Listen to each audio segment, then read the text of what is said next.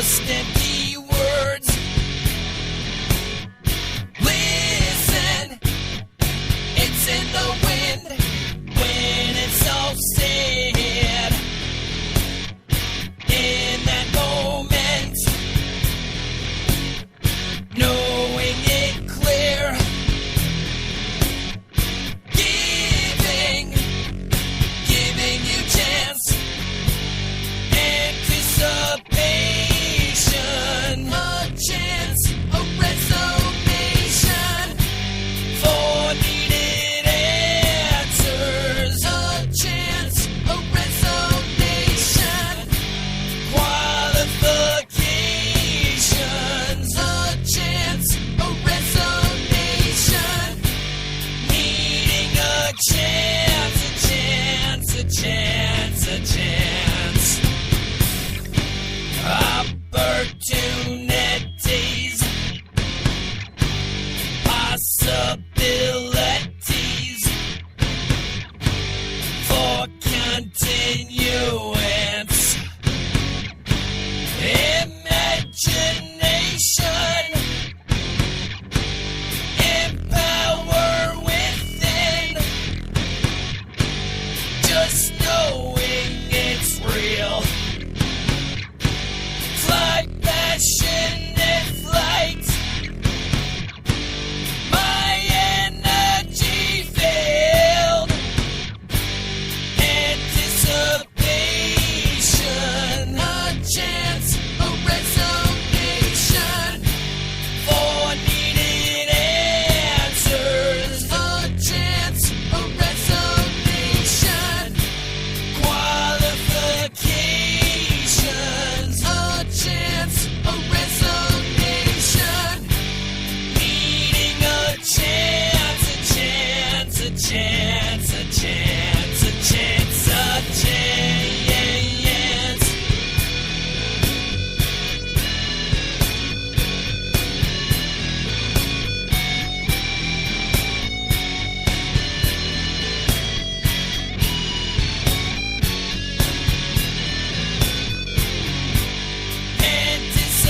Anticipation, a chance, a resonation for needed answers, a chance, a resonation, qualifications, a chance, a resonation, needing a chance, a chance, a chance, a chance. Hear a true voice, what you now say, just empty words. Listen, it's in the wind. Alright, I'm Jay Stone, and welcome to a live episode of my show at rockmetaltalk.com, also on Stone Chrome Radio, the Indie Authority, and GraniteCoastEntertainment.com. So what you heard right there was Resonation by KATZINJAMMA, and I happen to have him on the phone right now, so it's been booked for about a month or so we've been building it up. He's been posting it like crazy, so hopefully we got some people tuning in. So I'd like to welcome you to the show. Do you want me to call you Ronnie or... KATZINJAMMA's good to me. Okay, cool. So I know right away you wanted to talk about the nickname and how all that came about so we can get familiar with the band. So let's roll back, I guess. The band started sometime, I guess, in the 90s and whatnot. So right around the time I had a band on Long Island and White Trash was out and they were putting out Apple Pie. So let's go back to the history on it and then we'll move forward from there. Well, before I even hooked up with those guys, which is around 87, I had a couple of different renditions playing guitar, but I just couldn't find any bass players. So I had bumped into Gerald, and, we started chatting. We were hanging out at the Northern Q in Queens, little pool hall. And he's like, why don't you play bass? You can still be a songwriter. You can still write on guitar, and you're always going to be in demand. And it just totally made sense. So I switched. And so, we took it from there. The the rest is history. I mean, I've had a couple of different members in that band. You know, Mark Kalanchik used to play drums, and actually Keith Okada used to be our first singer. We saw him playing in another band, and he would do these like backflips and somersaults because he was a big David Lee Roth fan. We're like, that guy's cool. Let's get him in the band, you know. And as you know, you go through band members. We recruited Brian and Larry, Gerald and I. You know, we had seen them in a band called Paragon, I think it was.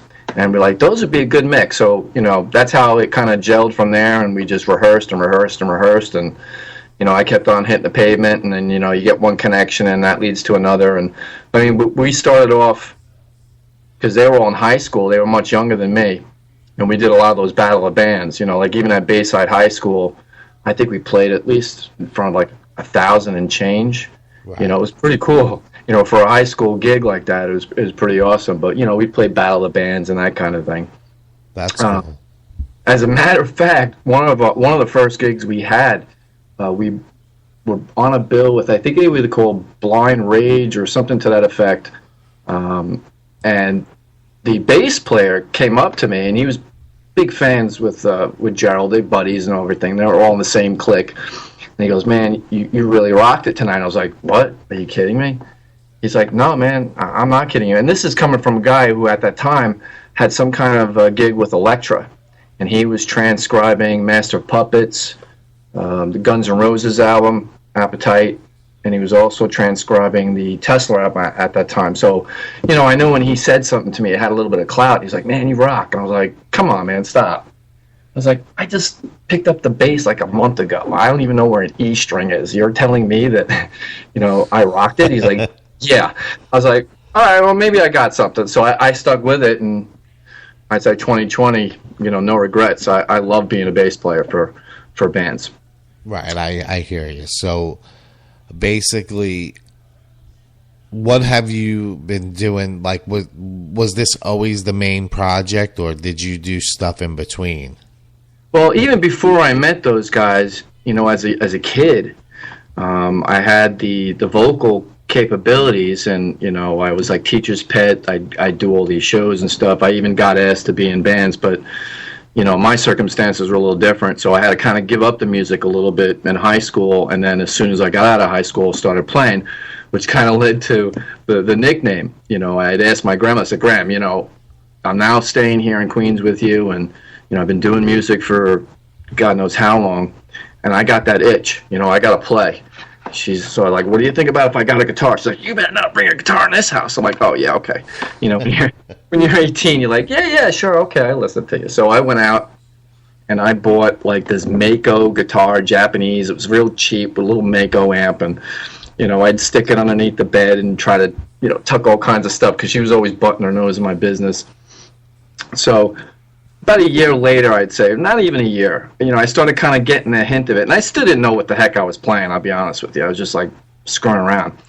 And so I, like, you know, Graham, I just don't want to, you know, keep it hidden from me anymore. So I have a guitar, and I've been playing. She's like, yeah, what? I'm like, yeah, I just don't want to keep it from me. She's like, well, just don't let me hear it, okay? I'm like, oh, okay. So as I start playing, now that I know the cat's out of the bag, you know, I would be sitting in there playing, and, you know, I'd get, turn it down! I'm like, oh, yeah, okay. You know, and just like, you know, Spinal Tap, I'll turn from 11 to 10, you know, that kind of thing. You know, and a couple of episodes of that, you know, I said turn it down, will you cut it out? Like, yeah, okay. So then, after a couple of those, and keep in mind, she lived in this apartment in Floral Park where they would paint every 3 years, but they wouldn't, like, scrape it. So eventually the doors really couldn't close. You'd have to, like, kind of jimmy it. It would still be open a crack kind of thing. So right behind the door, I had my great uncle's like vanity closet, but it was made out of that aluminum. Remember when you you open it up and it goes chink? You know what I'm talking about? Yeah. Mm-hmm. And that was like right behind the door. So eventually she got like all pissed off because I'm interfering with her soap operas, and she smashes the door open and it hits that thing. It scared the bejesus, you know. And I was like, what? That's it. I've had it. Turn that. You know what she's saying. Turn that KATZINJAMMA. turn that stuff off. That's it. That's all I'm calling you from now on. It's Katzenjamma. That's all I hear in here. And I'm like, now I'm caught in between because she's yelling at me. She's a German woman, you know. You know. So I'm like half like.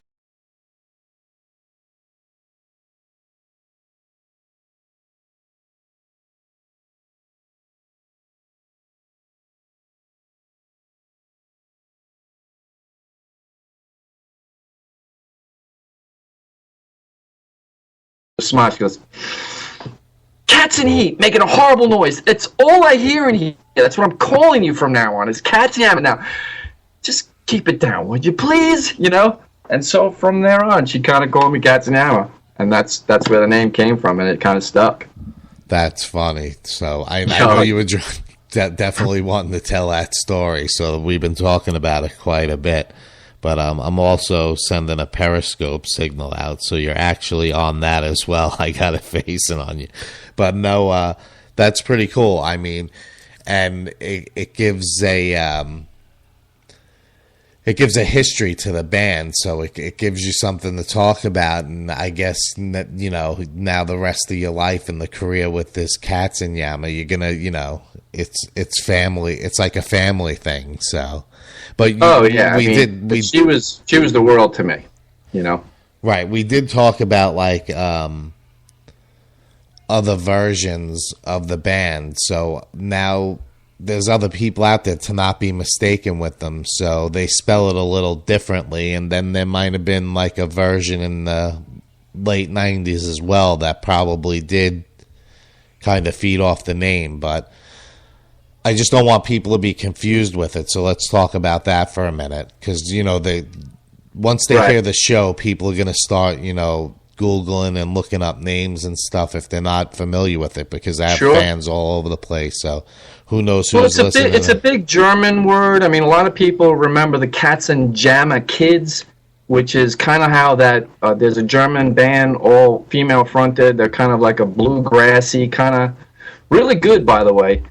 All female, though. Much different ball game. They spell it different, so I got no qualms. I hear you.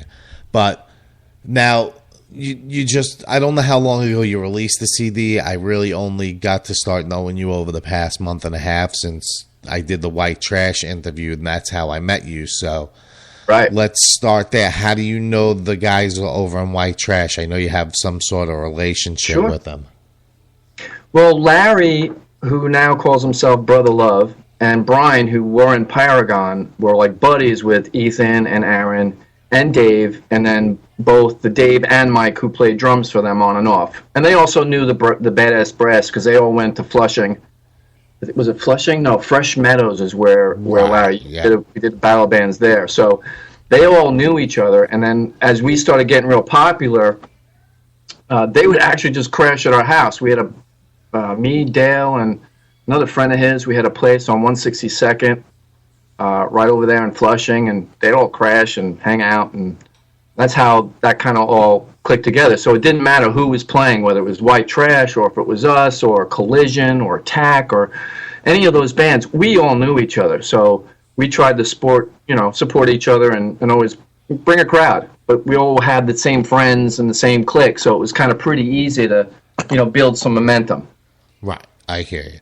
And now, at some point, you were in a band with Micah from Nine Electric. So, how did that come about? What type of project were you involved with him?